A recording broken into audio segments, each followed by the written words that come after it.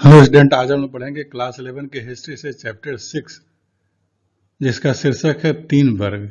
इस वीडियो में पाठ के सारांश को समझेंगे। इस वीडियो में हम लोग जानेंगे 3 वर्गों के बारे में, जो वर्ग थे पादरी, अभिजात और कृषक वर्ग। रोमन साम्राज्य के पतन के बाद जर्मन मूल के समूहों ने इटली, स्पेन व फ्रांस के क्षेत्रों पर अधिकार किया। यहाँ के 3 प्रमुख जो वर्ग थे वो पादरी थे, अभिजात वर्ग थे और कृषक थे। पादरी वर्ग वो लोग थे जो चर्च में पोप थे, और अभिजात वर्ग का मतलब था कि सामंत, जमींदार और धनी व्यापारी, ये सारे लोग अभिजात वर्ग माने जाते थे। और कृषक वर्ग के अंतर्गत आते थे किसान और मजदूर। यह एक ऐसे समाज को इंगित करता है जो मध्य फ्रांस और बाद में इंग्लैंड और दक्षिणी इटली में विकसित हुआ। 600 ईस्वी से 1500 ईस्वी तक की अवधि को यूरोपीय इतिहास में मध्य युग या मध्यकाल की नाम से जाना जाता है, उसको संज्ञा दी गई है। विशेष रूप से पश्चिमी यूरोप में इस अवधि के दौरान कई सामाजिक और आर्थिक परिवर्तन हुए। मध्यकाल के दौरान पश्चिमी यूरोप में ऐसी सामाजिक व्यवस्था विकसित हुई जो शेष दुनिया में कुछ अलग थी। इसे सामंतवाद के नाम से जाना जाता है। सामंतवाद एक तरह से कृषि उत्पादन को दर्शाता है, जो कि सामंतों और कृषकों के संबंधों पर आधारित है। कृषक लार्ड को श्रम सेवा प्रदान करते थे और बदले में लार्ड उन्हें सैनिक सुरक्षा देते थे। सामंतवाद शब्द जर्मन शब्द के फ्यूड से बना है, और फ्यूड का मतलब क्या होता है? भूमि का टुकड़ा। यूरोपीय इतिहास की जानकारी हमें निम्न स्रोतों से प्राप्त होती है, जिसमें पहला है भूस्वामियों के विवरण, मूल्यों और विधि के मुकदमों के दस्तावेज, जैसे चर्च में मिलने वाले जन्म, मृत्यु और विवाह के आलेख, इन सबों से, और चर्च से प्राप्त अभिलेखों में व्यापारिक संस्थाओं और गीत और कहानियों के द्वारा, त्योहारों और सामुदायिक गतिविधियों के द्वारा। वैसलेज प्रथा क्या है? यह वैसलेज नामक एक प्रथा के विकास के कारण हुआ, और बदले में वह उसके प्रति निष्ठावान रहता था। इस समारोह में दास को उस भूमि के प्रतीक के रूप में, जो कि उसके मालिक के द्वारा एक लिखित अधिकार पत्र या एक छड़ी या केवल एक मिट्टी का डला दे दिया जाता था। फ्रांसीसी विद्वान मार्क ब्लॉक ने सर्वप्रथम सामंतवाद पर काम करने वाले पहले विद्वान थे, जिन्होंने भूगोल के महत्व पर आधारित मानव इतिहास को गढ़ने पर जोर दिया, जिससे कि लोगों के व्यवहार और रुख को समझा जा सकता है। पादरियों और बिशपों द्वारा ईसाई समाज का मार्गदर्शन, ये प्रथम वर्ग के सदस्य थे जो चर्च में उपदेश दिया करते थे, धर्म उपदेश दिया करते थे। अत्यधिक धार्मिक व्यक्ति जो चर्च के बाहर धार्मिक समुदायों में रहते थे भिक्षु कहलाते थे। ये भिक्षु मठों में रहते थे और निश्चित नियमों का पालन करते थे।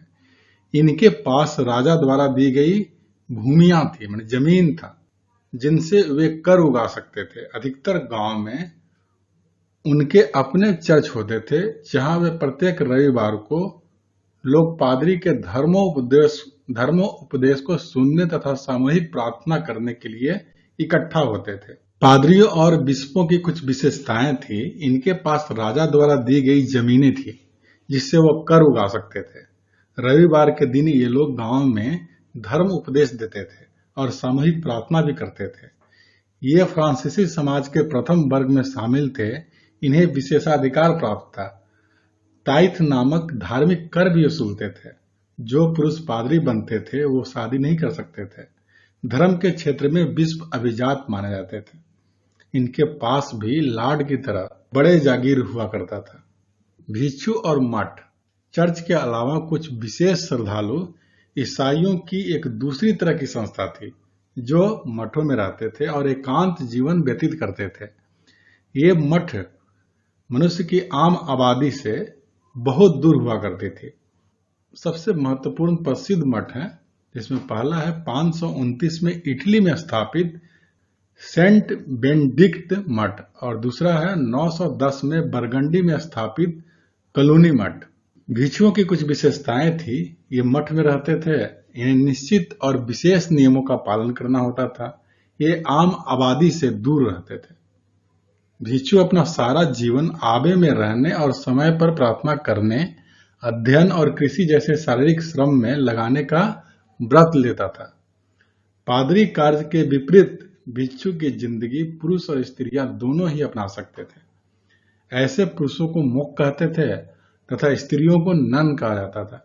पुरुषों और महिलाओं के लिए अलग अलग आवे थे। पादरियों की तरह भिक्षु और भिक्षुणियां भी विवाह नहीं कर सकती थी। वे एक स्थान से दूसरे स्थान पर घूम घूम कर लोगों को उपदेश देते थे और दान से अपनी जीविका चलाते थे। फ्रांसीसी समाज में मठों का योगदान। मठों की संख्या सैकड़ों में बनने से ये एक समुदाय बन गए, जिसमें बड़ी इमारतें, भू जागीरों के साथ साथ स्कूल और कॉलेज और अस्पताल बनाए गए। इन समुदायों ने कला के विकास में योगदान दिया। आपसे हिल्डेगार्ड एक प्रतिभाशाली संगीतज्ञ थे, जिसने चर्च में प्रार्थनाओं में सामुदायिक गायन की प्रथा के विकास में महत्वपूर्ण योगदान दिया। 13वीं सदी से भिक्षुओं के कुछ समूह, जिन्हें फायर कहते थे, उन्होंने मठों में न रहने का निर्णय लिया। यूरोप के सामाजिक प्रक्रिया में अभिजात वर्ग की एक महत्वपूर्ण भूमिका थी। ऐसे महत्वपूर्ण संसाधन भूमि पर उनके नियंत्रण की वजह से था। यह वैसलेज नामक एक प्रथा के विकास के कारण हुआ था। बड़े भूस्वामी और अभिजात वर्ग राजा के अधीन होते थे, यानी राजा के अंदर आते थे वो, जबकि कृषक जो किसान होते थे वो भूस्वामियों के अधीन होते थे। जबकि अभिजात वर्ग राजा को अपना स्वामी मान लेता था और वे आपस में वचनबद्ध होते थे। लाड एक ऐसे शब्द से निकला है जिसका अर्थ होता है रोटी देने वाला। दास की रक्षा करता था। लाड दास की रक्षा करता था और बदले में वह उसके प्रति निष्ठावान रहता था। इन संबंधों में व्यापक रीति रिवाजों और शपथ लेकर की जाती थी। अभिजात वर्ग की कुछ विशेषताएं थी। अभिजात वर्ग की एक विशेष हैसियत होती थी। उनका अपनी संपदा के ऊपर अस्थायी तौर पर नियंत्रण होता था। वह अपने सैन्य क्षमता बढ़ा सकते थे और उनके पास अपनी समंती सेना होती थी। वे अपना स्वयं का न्यायालय लगा सकते थे, यहां तक कि वह अपनी मुद्रा भी प्रचलित कर सकते थे। वे अपनी भूमि पर बसे सभी व्यक्तियों के मालिक थे। मेनर सामंतों के घर को कहा जाता था। मेनर की जागीर, जो सामंत एंड लाड का अपना मेनर भवन होता था, वह गांवों पर नियंत्रण रखता था। कुछ लाड अनेक गांवों के मालिक होते थे।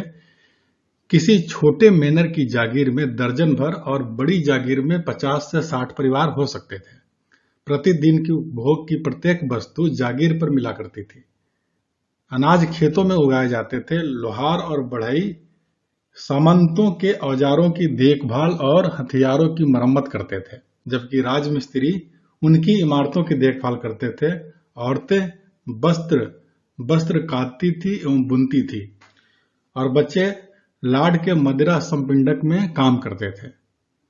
जागीरों में विस्तृत अरण्य भूमि और वन होते थे, जहां पे लाड शिकार किया करते थे।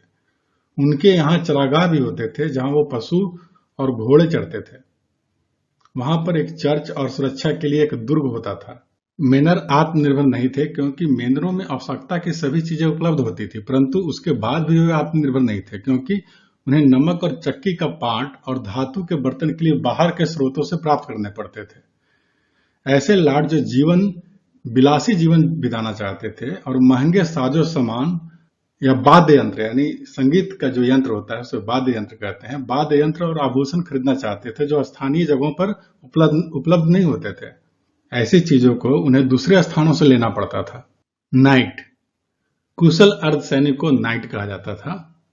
9वीं शताब्दी में प्राय युद्ध हुआ करते थे, जिसकी वजह से इस नए वर्ग को बढ़ावा दिया गया। ये बहुत ही कुशल घुड़सवार सैनिक थे जो लाड के लिए, यानी सामंत के लिए युद्ध लड़ा करते थे।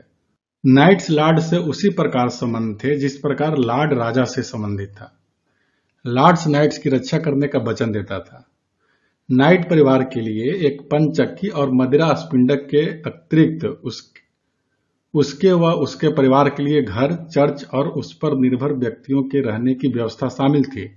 नाइट और अपने लार्ड को एक निश्चित रकम देता था और युद्ध में उसकी तरफ से लड़ने के लिए वचन देता था।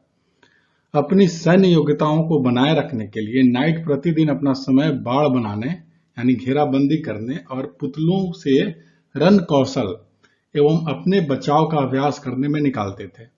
नाइट अपनी सेवाएं अन्य लाडों को, अन्य सामंतों को भी दे सकता था, पर उसकी सर्वप्रथम निष्ठा अपने लाड के लिए होती थी, अपने सामंत के लिए होती थी। तीसरे वर्ग को समझते हैं। यह वर्ग किसान और स्वतंत्र और बंधकों दासों का एक वर्ग था।